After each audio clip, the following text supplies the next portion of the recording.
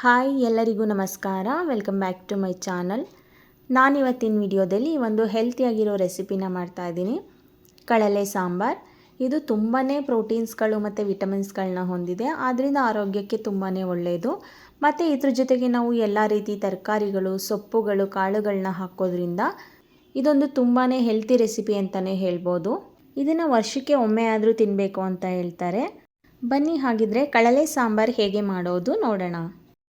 ನನಗೆ ಈ ಕಳಲೆನ ನೆಂಟರು ಮನೆಯಿಂದ ಕೊಟ್ಟು ಕಳಿಸಿದ್ರು. ಅವರು ಕ್ಲೀನ್ ಮಾಡಿ ಕೊಟ್ಟು ಕಳಿಸಿದ್ರು. ಅದನ್ನು ಮತ್ತೆ ನಾನು ಸಣ್ಣ ಸಣ್ಣದಾಗಿ ಕಟ್ ಮಾಡಿ ಈ ರೀತಿ ನೀರಿನಲ್ಲಿ ಹಾಕಿ ಇಟ್ಟಿದ್ದೆ. ಒಂದಿನ ಫುಲ್ಲು ನೀರಿನಲ್ಲೇ ನೆನೆಸಿದ್ದೆ. ನಾವು ತಕ್ಷಣ ಕ್ಲೀನ್ ಮಾಡಿ ಮಾಡೋದಕ್ಕಿಂತ ನೀರಿನಲ್ಲಿ ನೆನೆಸಿಟ್ಟು ಮಾಡೋದ್ರಿಂದ ತುಂಬ ಒಳ್ಳೆಯದು. ನಾನು ಇವಾಗ ರಾತ್ರಿ ಎಲ್ಲ ಫುಲ್ಲು ನೀರಲ್ಲಿ ನೆನೆಸಿದ್ದೀನಿ. ಮತ್ತು ನೀವು ಇಲ್ಲಿ ನೋಡ್ತಾ ಇರ್ಬೋದು ಕಳಲೆ ಎಷ್ಟು ಸಾಫ್ಟಾಗಿದೆ ಅಂತ. ಗಟ್ಟಿ ಇರೋದನ್ನ ತೊಗೋಬಾರ್ದು, ಈ ರೀತಿ ಸಾಫ್ಟಾಗಿರೋದನ್ನ ತೊಗೋಬೇಕು. ನಾನು ಇವಾಗ ಇದನ್ನು ಒಂದು 2ರಿಂದ 3 ಸಲ ತೊಳೆದಿಟ್ಕೋತೀನಿ. ನೆಕ್ಸ್ಟ್ ನಾನು ಸೊಪ್ಪುಗಳನ್ನ ತೊಗೊಂಡಿದ್ದೀನಿ. ನಾನು ಯಾವ್ಯಾವ ಸೊಪ್ಪನ್ನ ತೊಗೊಂಡಿದ್ದೀನಿ ಅಂತ ತೋರಿಸ್ತಾ ಇದ್ದೀನಿ. ಇದು ಹಳ್ಳಿಲೆಲ್ಲ ಹೊಲಗಳಲ್ಲಿ ಸಿಗುತ್ತೆ ಆ ಥರ ಸೊಪ್ಪು. ನನಗೆ ಇದ್ರ ಹೆಸರು ಗೊತ್ತಿಲ್ಲ, ನಿಮಗೆ ವಿಡಿಯೋದಲ್ಲಿ ನೋಡಿದ್ರೆ ಗೊತ್ತಾಗ್ಬೋದು.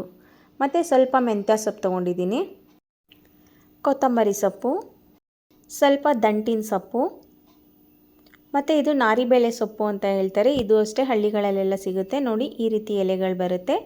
ಇದು ಗ್ಯಾಸ್ಟ್ರಿಕ್ಗೆ ತುಂಬ ಒಳ್ಳೆಯದು ಅಂತ ಹೇಳ್ತಾರೆ. ಹಾಗೆ ಸ್ವಲ್ಪ ಗಂಟೆ ಸೊಪ್ಪು, ಸಬ್ಸಿಗೆ ಸೊಪ್ಪು, ಮತ್ತು ಸ್ವಲ್ಪ ಕೀರೆ ಸೊಪ್ಪು. ಮೂಲಂಗಿ ಸೊಪ್ಪಿಂದು ಚಿಗುರಿ ಇತ್ತು, ಅದು ಸ್ವಲ್ಪ ಎಲೆಗಳನ್ನ ತೆಗೆದು ಹಾಕ್ಕೊಂಡಿದ್ದೀನಿ. ಮತ್ತು ಇದು ಅಷ್ಟೇ, ನಾನು ಮೊದಲು ನಿಮಗೆ ತೋರಿಸಿದ್ನಲ್ಲ ಸೊಪ್ಪು, ಅದೇ ಶೇಪ್ನಲ್ಲಿ ಇರುತ್ತೆ ಇದು ಎಲೆಗಳೆಲ್ಲ. ಆದರೆ ಇದು ಸ್ವಲ್ಪ ಪರ್ಪಲ್ ಶೇಡ್ ಇರುತ್ತೆ. ನೋಡಿ ಈ ರೀತಿ ಇರುತ್ತೆ. ಇದು ಫುಲ್ಲು ವೈಟ್ ಇರುತ್ತೆ. ಈ ಸೊಪ್ಪುಗಳು ನನಗೆ ನಮ್ಮಮ್ಮ ಊರಿಂದ ಕೊಟ್ಟು ಕಳಿಸಿದ್ರು. ನನಗೆ ಹೆಸರು ಗೊತ್ತಿಲ್ಲ. ನಿಮಗೇನಾದರೂ ಈ ಸೊಪ್ಪಿನ ಹೆಸರು ಗೊತ್ತಿದ್ದರೆ ಕಮೆಂಟ್ ಮಾಡಿ ಹೇಳಿ. ಮತ್ತು ಸ್ವಲ್ಪ ನುಗ್ಗೆ ಸೊಪ್ಪು ಸಹ ಹಾಕ್ಕೊಂಡಿದ್ದೀನಿ. ನಾನು ಇಷ್ಟು ರೀತಿ ಸೊಪ್ಪುಗಳನ್ನ ಹಾಕ್ಕೊಂಡಿದ್ದೀನಿ. ಒಂದು 10 ರೀತಿ ಸೊಪ್ಪುಗಳಿದೆ. ನೀವು ಇನ್ನೂ ಬೇರೆ ಬೇರೆ ಸೊಪ್ಪುಗಳನ್ನ ಬೇಕಿದ್ದರೆ ಹಾಕ್ಕೋಬೋದು. ಆದರೆ ಪಾಲಕ್ ಸೊಪ್ಪು ಹಾಕಬಾರ್ದು ಅಂತಾರೆ. ಅದನ್ನೇ ಬಿಟ್ಟು ಯಾವ ಸೊಪ್ಪು ಬೇಕಾದರೂ ಹಾಕ್ಕೋಬೋದು.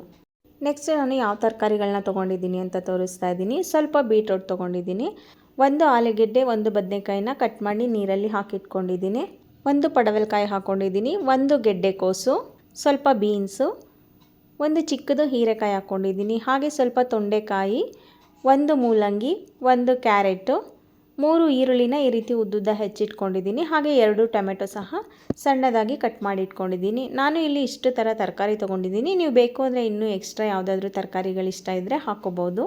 ನೆಕ್ಸ್ಟ್ ನಾನು ಯಾವ ಕಾಳುಗಳನ್ನ ತೊಗೊಂಡಿದ್ದೀನಿ ಅಂತ ತೋರಿಸ್ತಾ ಇದ್ದೀನಿ. ಸ್ವಲ್ಪ ಅವರೆಕಾಳು, ಹೆಸರು ಕಾಳು, ತಗ್ನಿ ಕಾಳು, ಕಾಬೂಲ್ ಕಡಲೆ, ಮಸೂರ್ ದಾಲು ಮತ್ತು ತೊಗರಿಬೇಳೆನ ತೊಗೊಂಡಿದ್ದೀನಿ. ಇದೆರಡು ನಾನು ನೆನೆಸಿಟ್ಟಿಲ್ಲ, ಹಾಗೆ ಹಾಕ್ಕೊಂಡಿದ್ದೀನಿ. ಸ್ವಲ್ಪ ಹುರುಳಿಕಾಳು, ಬಟಾಣಿ, ಕಡಲೆಕಾಳು.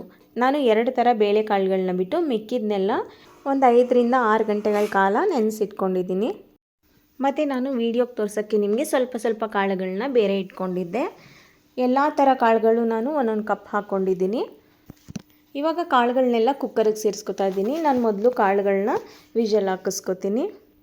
ಪ್ಲೇಟಲ್ಲಿರೋ ಕಾಳು ಹಾಕಿದ ನಂತರ ಉಳಿದಿರೋ ನೆನೆಸಿಟ್ಟಿರೋ ಕಾಳುಗಳನ್ನೆಲ್ಲ ಸೇರಿಸ್ಕೊಂಡಿದ್ದೀನಿ. ನೀವು ನೋಡ್ತಾ ಇರ್ಬೋದು ಕಾಳುಗಳು ಎಷ್ಟಾಗಿದೆ ಅಂತ. ನಾವು ಈ ರೀತಿ ಎಲ್ಲ ಕಾಳು ಹಾಕೋದ್ರಿಂದ ಸಾಂಬಾರು ತುಂಬಾ ಟೇಸ್ಟಿಯಾಗಿ ಬರುತ್ತೆ. ಮತ್ತು ಕ್ಲೀನ್ ಮಾಡಿ ಇಟ್ಕೊಂಡಿರೋ ಕಳಲೆ ಸಹ ಸೇರಿಸ್ಕೊಂಡಿದ್ದೀನಿ. ಇವಾಗ ಇದಕ್ಕೆ ನೀರನ್ನು ಹಾಕ್ಕೋಬೇಕು.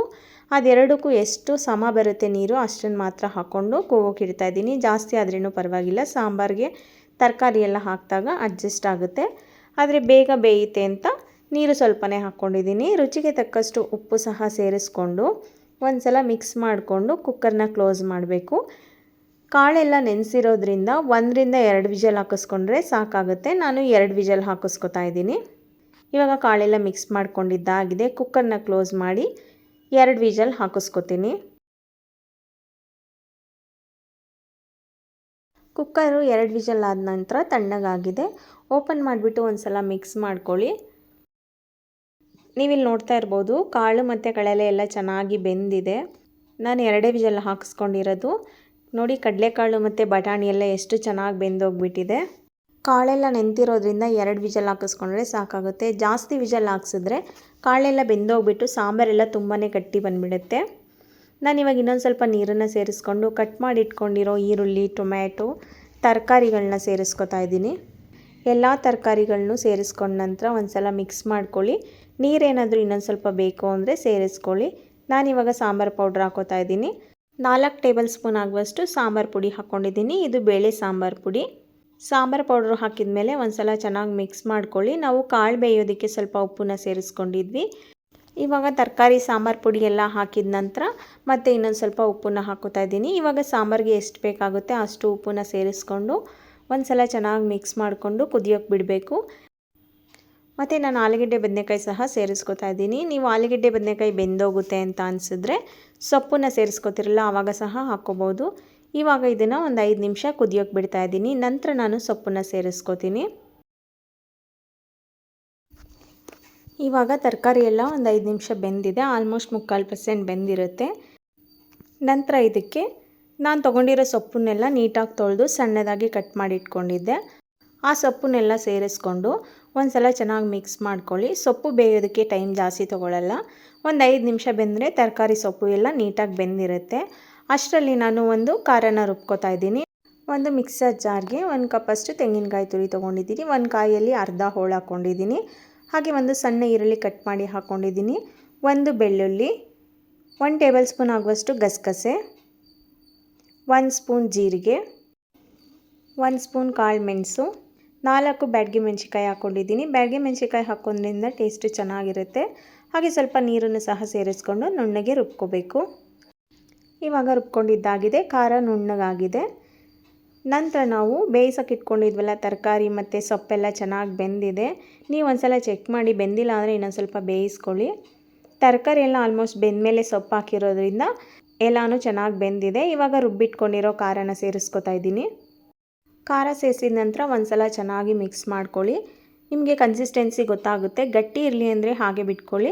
ಸ್ವಲ್ಪ ತೆಳುವಾಗಿ ಸಾಂಬಾರು ಥರ ಬೇಕು ಅಂದರೆ ಇನ್ನೊಂದು ಸ್ವಲ್ಪ ನೀರನ್ನು ಹಾಕ್ಕೊಳ್ಳಿ. ನಾನು ಜಾರ್ಗೆ ಸ್ವಲ್ಪ ನೀರನ್ನು ಹಾಕಿ ತಿರುಗಿಸಿ ಹಾಕ್ಕೊಂಡಿದ್ದೀನಿ. ಇವಾಗ ಒಂದು ಸಲ ಚೆನ್ನಾಗಿ ಮಿಕ್ಸ್ ಮಾಡಿಬಿಟ್ಟು ಖಾರ ಕುದಿಯೋದಕ್ಕೆ ಬಿಡಬೇಕು. ಒಂದು 3-4 ನಿಮಿಷ ಕುದ್ರೆ ಸಾಕಾಗುತ್ತೆ.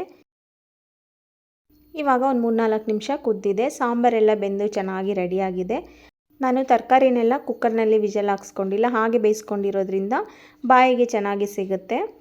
ಇವಾಗ ಇದಕ್ಕೆ ಒಂದು ಒಗ್ಗರಣೆ ಹಾಕ್ಕೋತಾ ಇದ್ದೀನಿ. ಒಂದು ಪ್ಯಾನ್ನ ಬಿಸಿ ಮಾಡೋಕ್ಕಿಟ್ಟು 2 ಟೇಬಲ್ ಸ್ಪೂನ್ ಆಗುವಷ್ಟು ಎಣ್ಣೆನ ಹಾಕ್ಕೊಂಡಿದ್ದೀನಿ. ಎಣ್ಣೆ ಕಾದ ನಂತರ 1 ಸ್ಪೂನ್ ಸಾಸಿವೆ, ಒಂದು 4 ಒಣಮೆಣಸಿನ್ಕಾಯಿ, ಸ್ವಲ್ಪ ಇಂಗು, ಕರಿಬೇವು ಸೊಪ್ಪನ್ನ ಹಾಕ್ಕೊಂಡು ಮಿಕ್ಸ್ ಮಾಡ್ಕೋತಾ ಇದ್ದೀನಿ. ನಾನು ಒಗ್ಗರಣೆಗೆಲ್ಲ ಏನು ಈರುಳ್ಳಿ ಹಾಕಿಲ್ಲ, ಹಾಗೆ ಬೇಯೋದಕ್ಕೆ ಹಾಕ್ಕೊಂಡಿದ್ದೆ. ಇವಾಗ ಒಗ್ಗರಣೆ ರೆಡಿಯಾಗಿದೆ. ಸಾಂಬಾರಿಗೆ ಹಾಕ್ಕೊಂಡು ಮಿಕ್ಸ್ ಮಾಡಿಕೊಂಡ್ರೆ ಒಂದು ಸಖತ್ ಟೇಸ್ಟಿಯಾಗಿರೋ ಹೆಲ್ತಿ ಕಡಲೆ ಸಾಂಬಾರು ರೆಡಿಯಾಗುತ್ತೆ.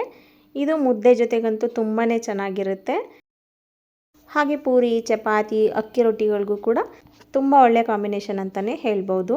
ಇವಾಗ ನಿಮಗೆ ನೋಡೋಕ್ಕೆ ಇಷ್ಟು ತೆಳು ಕಾಣಿಸ್ತಾ ಇರ್ಬೋದು. ಇದು ತಣ್ಣಗಾದ್ಮೇಲೆ ಇನ್ನೂ ಸ್ವಲ್ಪ ಗಟ್ಟಿ ಬಂದುಬಿಡುತ್ತೆ.